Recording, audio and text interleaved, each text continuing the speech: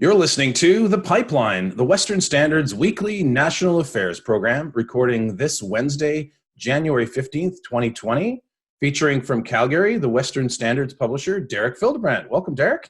Hello. And coming also from Calgary, Dave Naylor, the news editor for the Western Standard. Welcome, Dave. Good to be with you, Paul. And I'm Paul Holmes, coming to you live from Victoria, British Columbia, where there is about a foot of snow on the ground, and so the entire island has shut down. No one feels sorry for you. This is all you're going to get. We're all in the army, Paul? Pardon me? You need to call in the army to help you? Quite possibly. Yeah, they did that in 96. Did you live here in 96, Derek? I can't remember now. I lived there for 1 year, and that was 2008-9. Oh, there you go. 96. What a crazy year. It was, they did call in the army actually to help. We were under the snow for about 3 weeks and couldn't do anything, but that was a long time ago. The only time Calgary gets the army is when we have 20-foot floods destroying the city coming from the mountains. Well, it's a little embarrassing, right? Because we are Canada. Victoria is part of Canada. The rest of Canada is just used to this. But when it happens to Victoria, it's always a surprise. And we have like 6 trucks that, clear the roads. And they do an amazing job. The workers work very hard. But you can imagine there's not a lot of standby capacity. So Victoria is mostly shut down today. However, we are not. We are going to proceed. Do you think the snow is enough to make Harry and Meghan move back to England?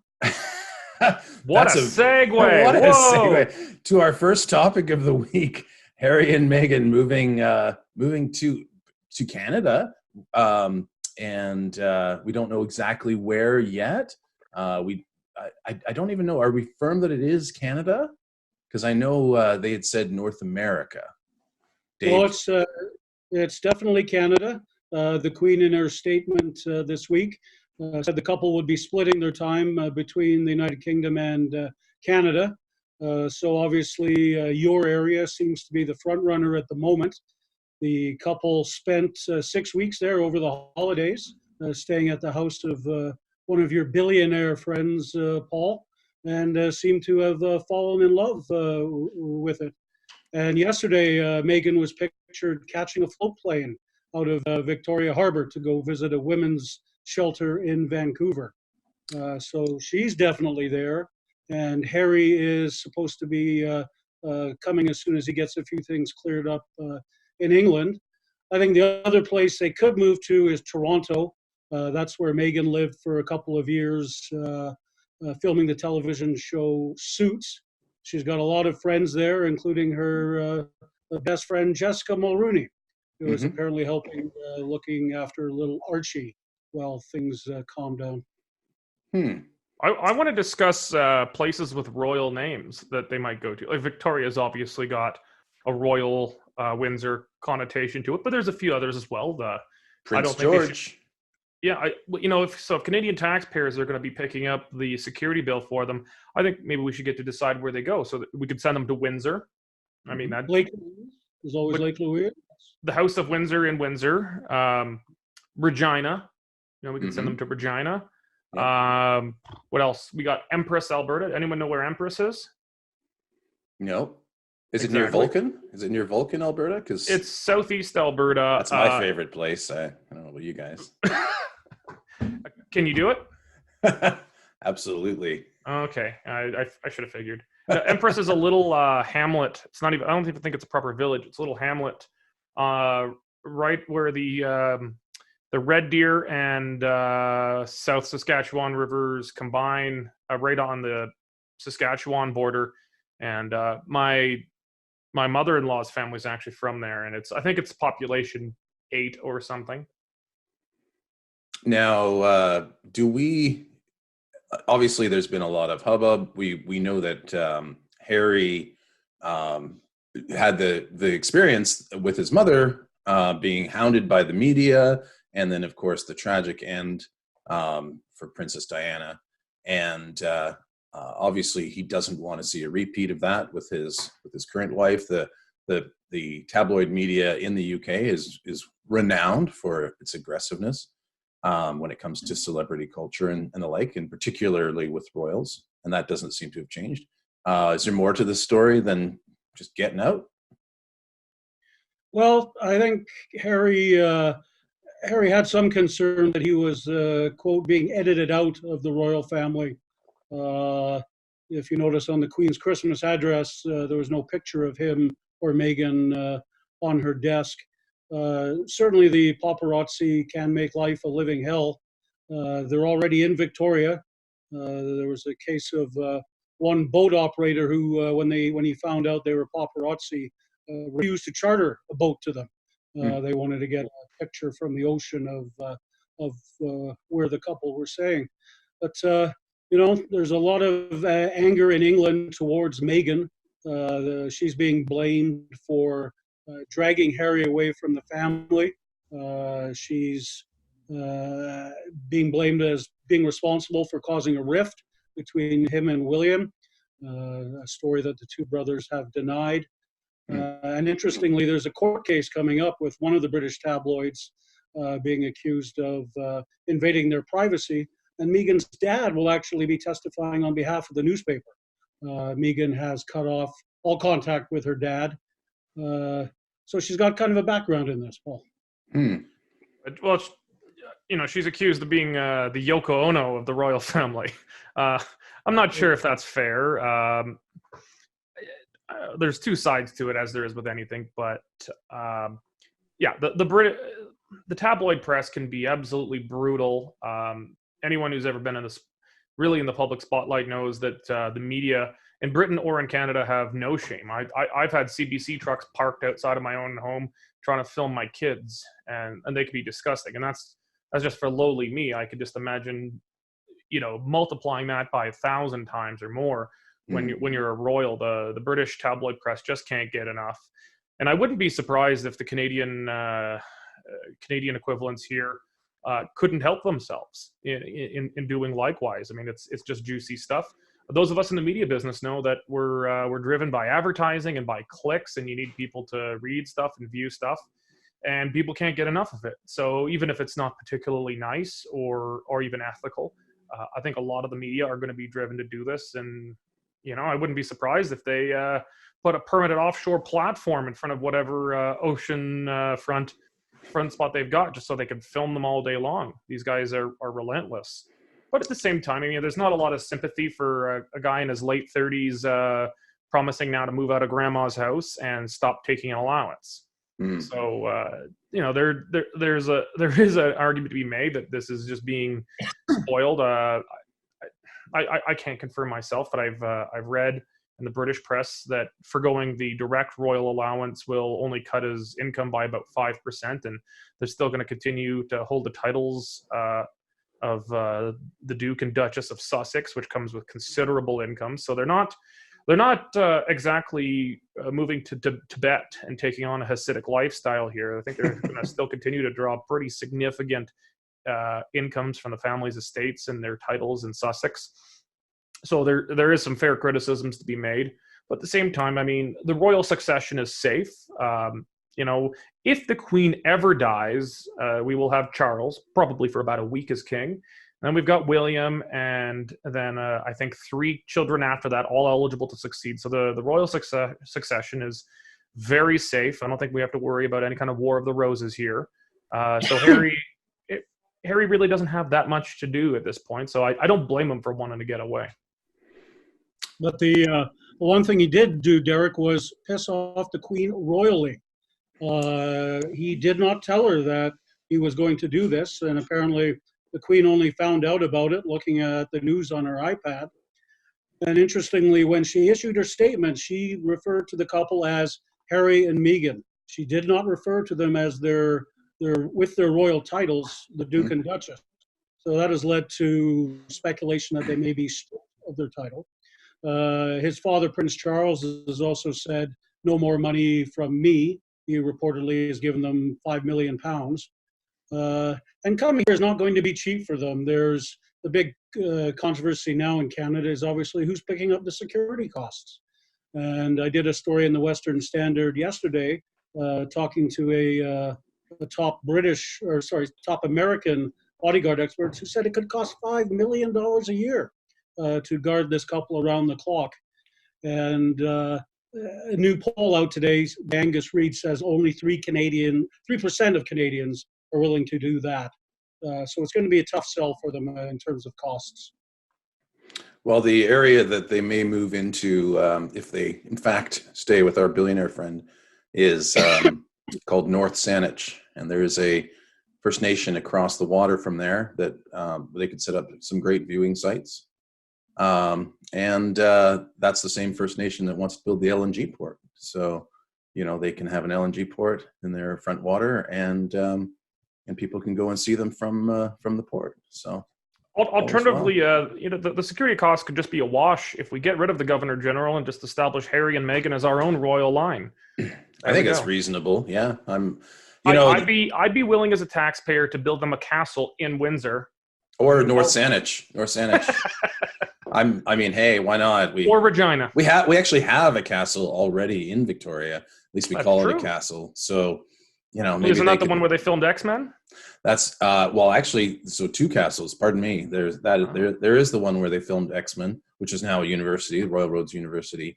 But there's also the I can't remember what the other one. Craigdarroch Castle. I don't know if you remember that, but I do. Barely a castle, but it qualifies. So we have a castle. We just need our king and queen, and we have either Canada or Western Canada's monarch, depending on how Wexit goes, right? The Kingdom of Wild Rose Country. We could just have our own royal line. Perfect. Done. All right. I'll call them up next week and pitch it. Right.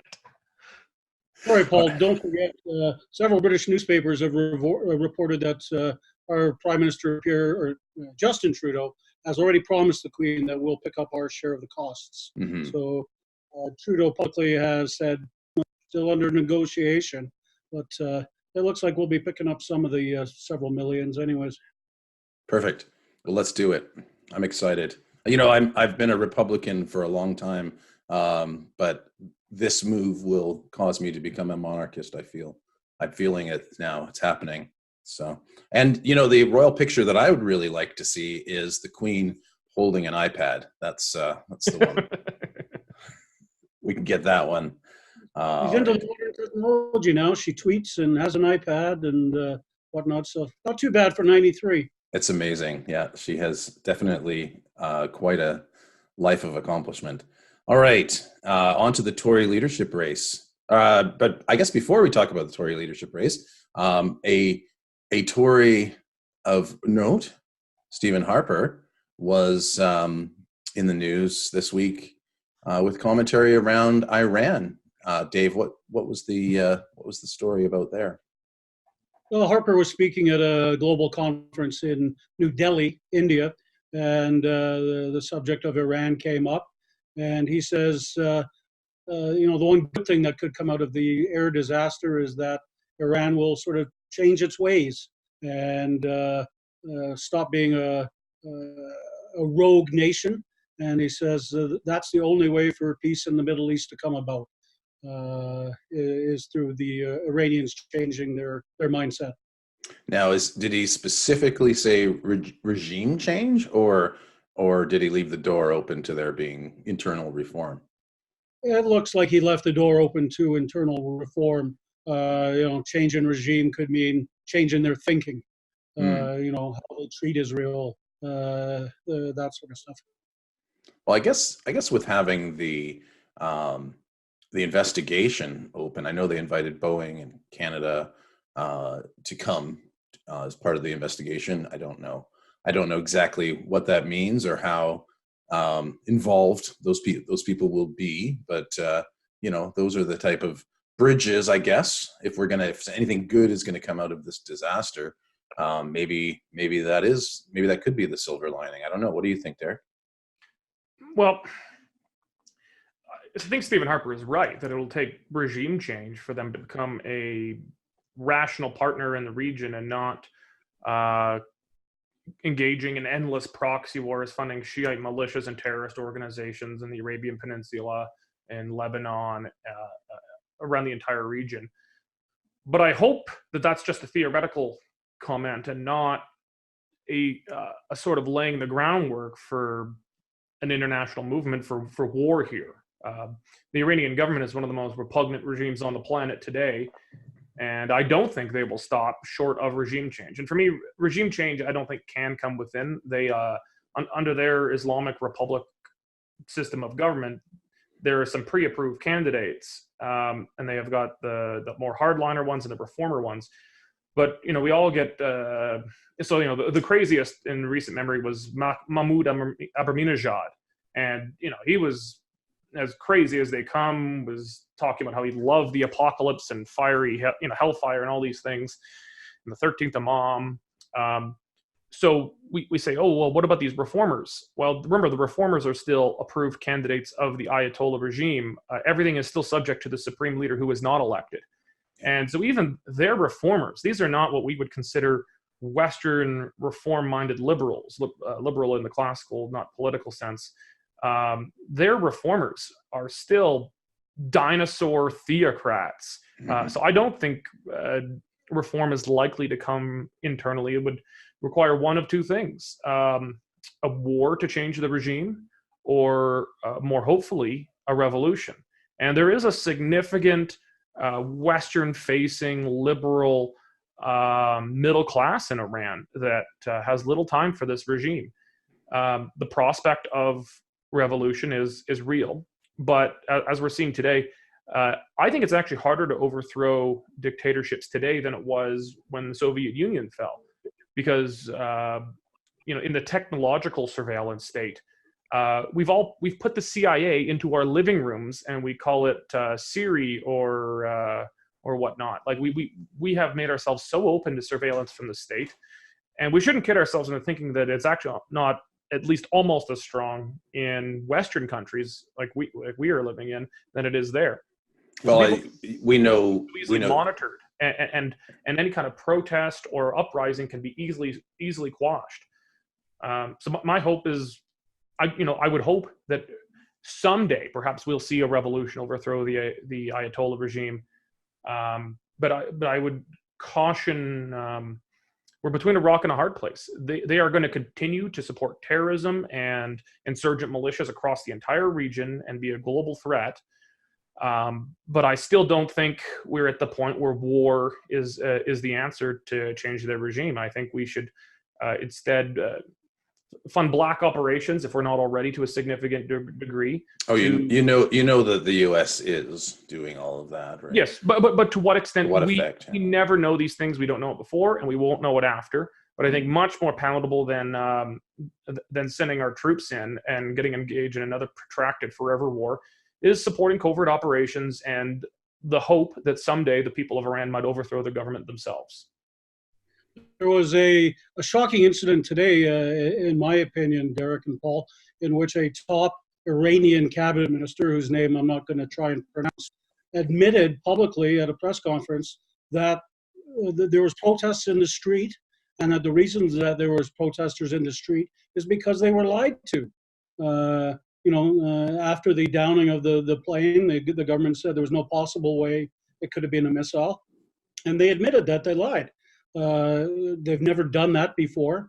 They may see some of the writing on the wall in terms of a revolution, but keep in mind this is a government that shot dead 1,500 of their citizens who were protesting just a couple of weeks ago. So it may take a while. All right. Well, Iran.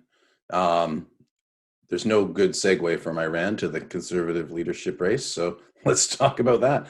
Obviously, the rules have been published for a while. And they both bombed. Pardon me? Well, they both bombed. Eh? Isn't Peter MacKay's wife Iranian? Yeah. There you go. Perfect. Persian, she would go by. Most Iranians in Canada go by Persian, and I think that's because they don't want to be associated with the regime. Peter MacKay has become the first prominent Tory to announce that he's running. He tweeted out Wednesday afternoon, only 4 words. He said, "I'm in. Stay tuned." So that said, Tories tweeting away across the country. He's expected to have a more formal press conference in his native Nova Scotia next week. But the first horse is out of the gate, and away we go. Well, in the U.S., we had the Bernie Sanders apparently commenting that America couldn't elect a woman. Not sure what's behind that, but No, they couldn't elect that woman. Lots of Democrat infighting, which is very entertaining.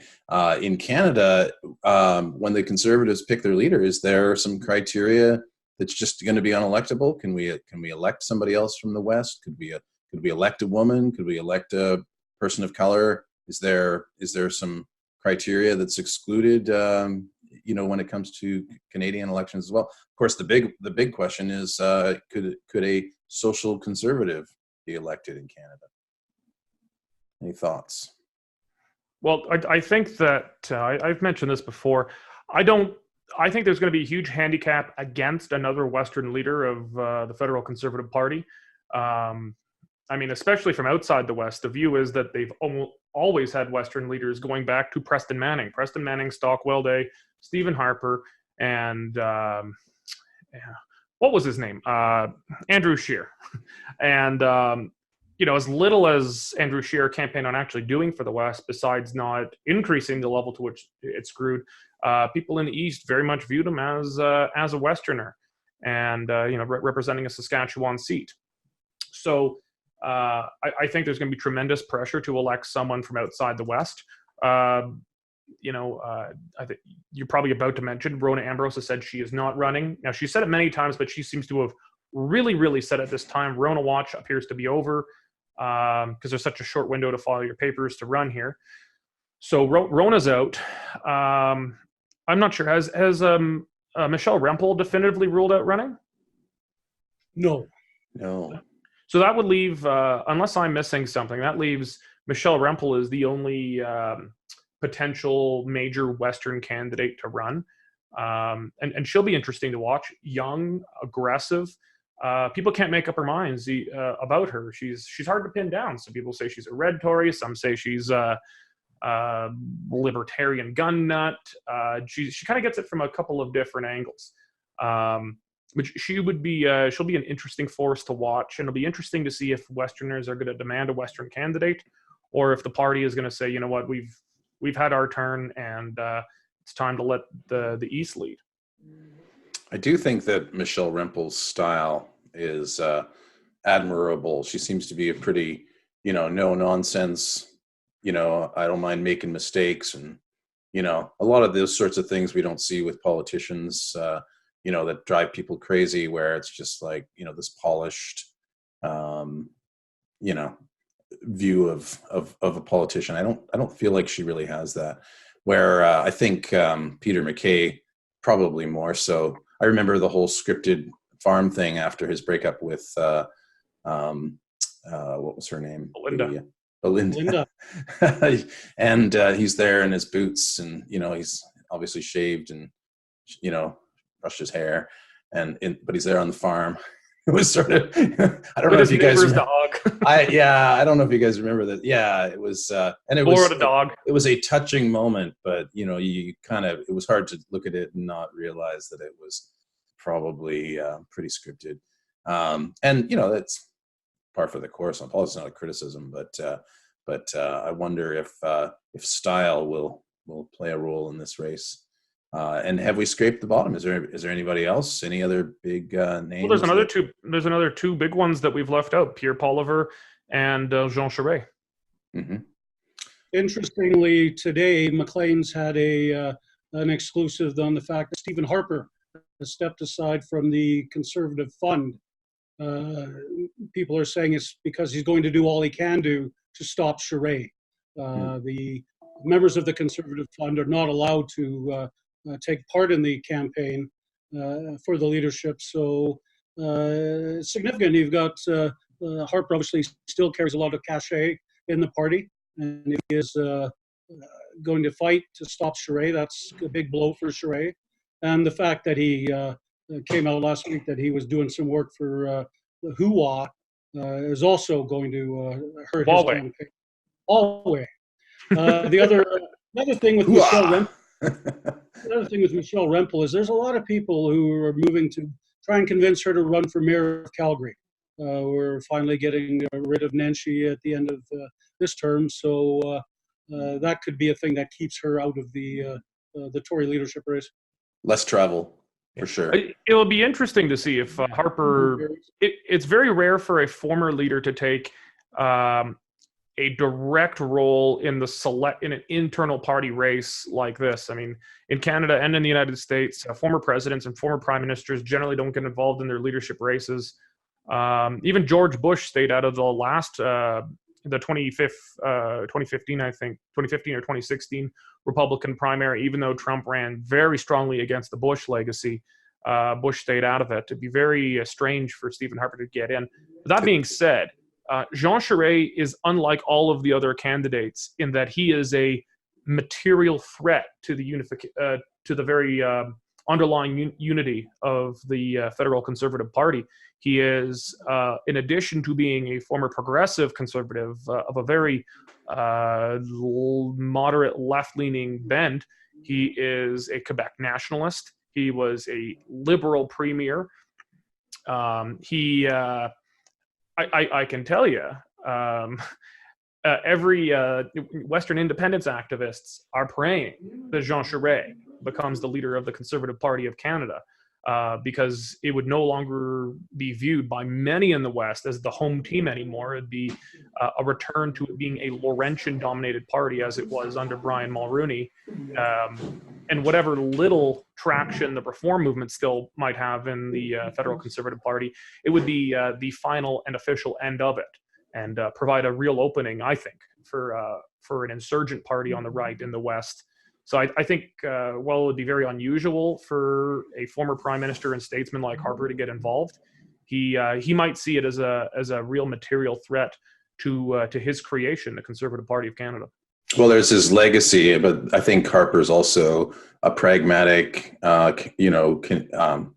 pro-Canada, guy, right? And I think if he sees a threat to the existence of the Conservative Party, which could be and has been playing a role in unifying the country, then he's just going to want to step in, right? I don't know that that's a good decision for from a political perspective, but I do think his motivation is probably pretty sincere.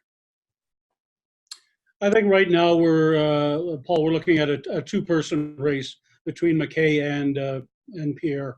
From what I understand, and correct me if I'm wrong, but MacKay's French isn't all that good, and I don't know if you still need to be bilingual to become prime minister in this country. Certainly, Central Canadian media says so, but could MacKay get by with the limited amount he knows?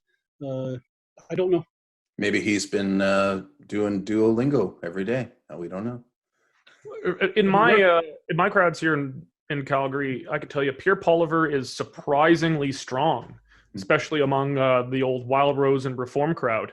He might be an Ontario MP, but he actually originally hails from Calgary, and I think he comes into the race with credibility as probably the small C Conservative standard bearer.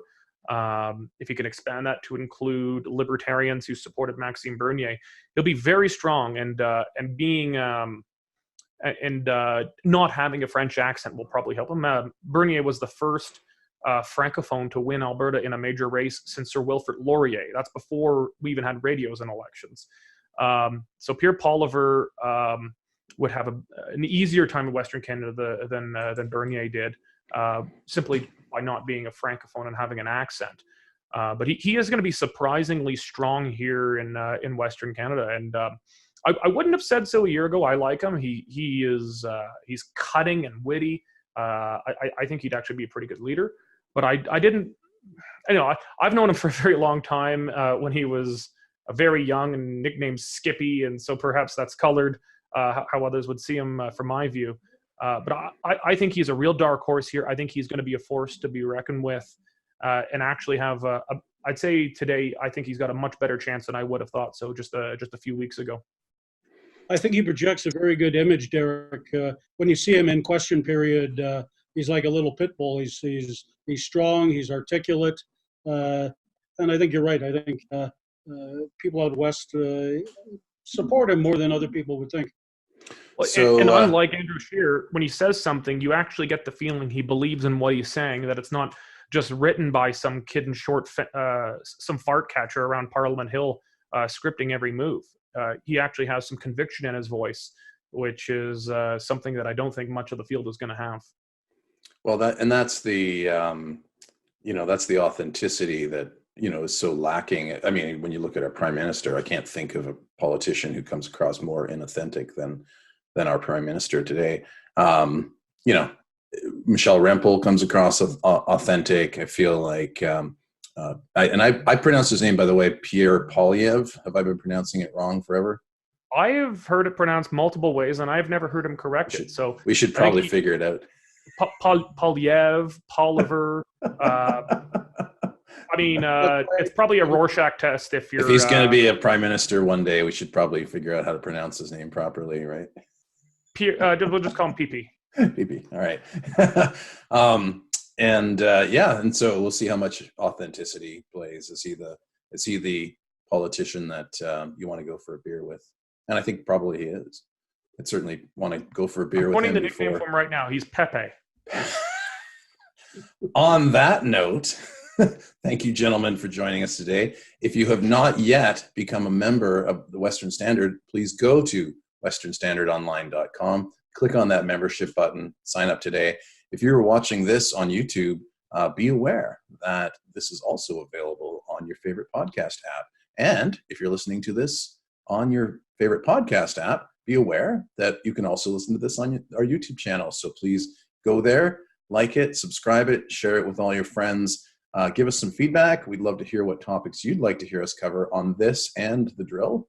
And coming up later this week, I'm going to be interviewing the president of the UBC Free Speech Club in Vancouver, talking about the cancellation recently by UBC of controversial journalist Andy No, who was scheduled to speak there. So stay tuned for that as well. And gentlemen, have a terrific day.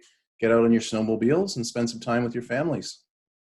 Paul, just so you know, the thoughts and prayers of all Canadians are with you in Victoria as you deal with your snow apocalypse.